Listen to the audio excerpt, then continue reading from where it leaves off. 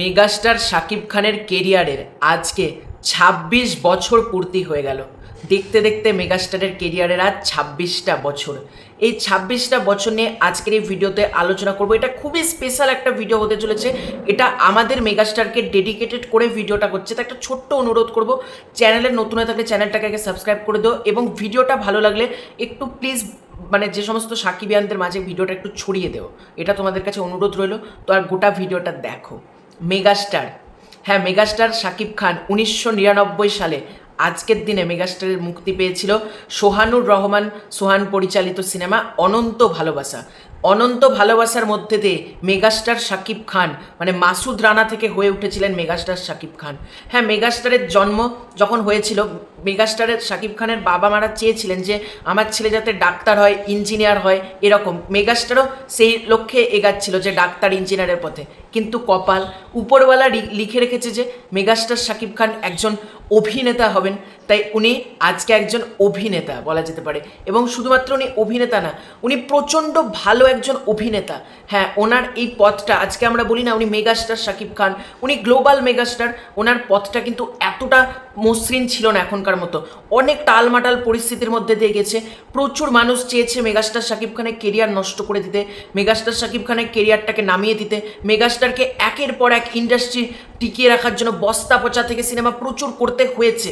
মেগাস্টারকে তারা চেয়েছিলেন যে মেগাস্টারকে নামিয়ে দেবেন, কিন্তু যে মানুষটা সৎ, তার যে জীবনে কখনো ক্ষতি হতে পারে না, তার জলজান্ত উদাহরণ মেগাস্টার শাকিব খান। যখন উনি মেরিল প্রথম আলো পুরস্কারটা নিচ্ছেন, বলছেন আমি যখন প্রথম দেশে আসি, অনেকে বলে শাকিব খান তোমার দিন শেষ, you are a dead horse, কিন্তু নীরবে নীরবে তিনি উত্তর দিয়ে গিয়েছেন। উনি সেই সকল সমালোচকদের মুখে আজকে যোগ্য জবাব দিয়ে যাচ্ছেন দিনের পর দিন যে হ্যাঁ, আমি মেগাস্টার, আমি গ্লোবাল মেগাস্টার। উনি যখন প্রথম সিনেমা ইন্ডাস্ট্রিতে আসেন, বাংলাদেশে প্রচুর ভালো ভালো উনি সিনেমা তৈরি করেছেন।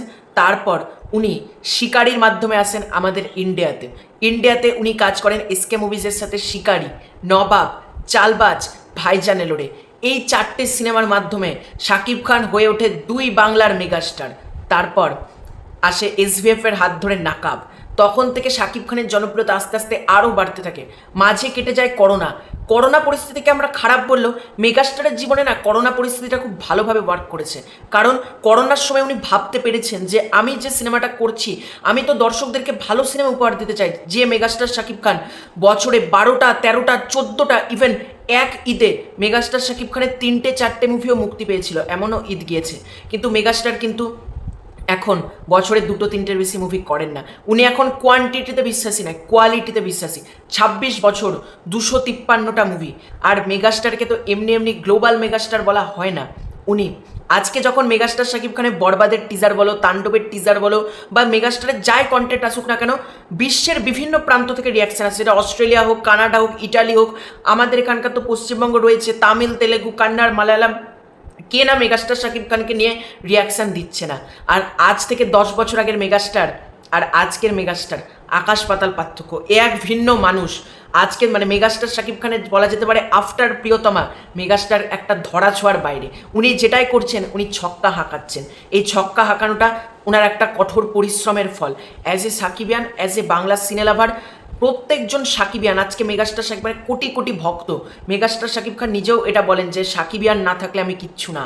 উনি আজকে এত বড় একটা মেগাস্টার হওয়ার পরও এখনও ডাউন টু আর্থ, সাধারণ মানুষের সাথে খুব ভালোভাবে ব্যবহার থেকে শুরু করে মেগাস্টার এখনও পর্যন্ত মাটির সাথে মিশে আছেন। আমি এটাই চাই যে উনি সারা জীবন এরকম ডাউন টু আর্থই থাকুক, এরকম একটা ভালো মানুষ থাকুক, আর আমাদেরকে একের পর এক ব্লকবাস্টার সিনেমা উপহার দিয়ে যাক।